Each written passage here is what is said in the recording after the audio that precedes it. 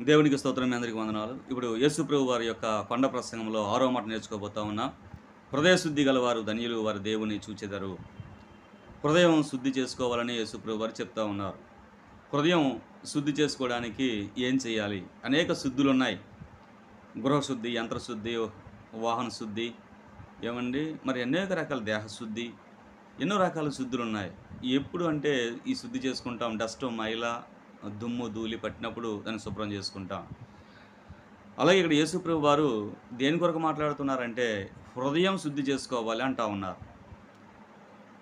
కనుక ఈ హృదయం ఎలా శుద్ధి చేసుకుంటాం? హృదయంలో డస్ట్ పట్టిందని ఎలా తెలుస్తుంది అంటే, యేసుప్రభు వారు ఆయన వెలుగులోకి, ఆయన వాక్యం యొక్క వెలుగులోకి వస్తే నీ హృదయం ఎంత డస్ట్ పట్టిందో తెలుస్తుంది. నీ హృదయం ఎంత మాలిన్యమైందో తెలుస్తుంది. అందుకనే ఆయన ముఖకాంతిలో నీ రహస్య పాపములు కనిపిస్తున్నాయి అంటే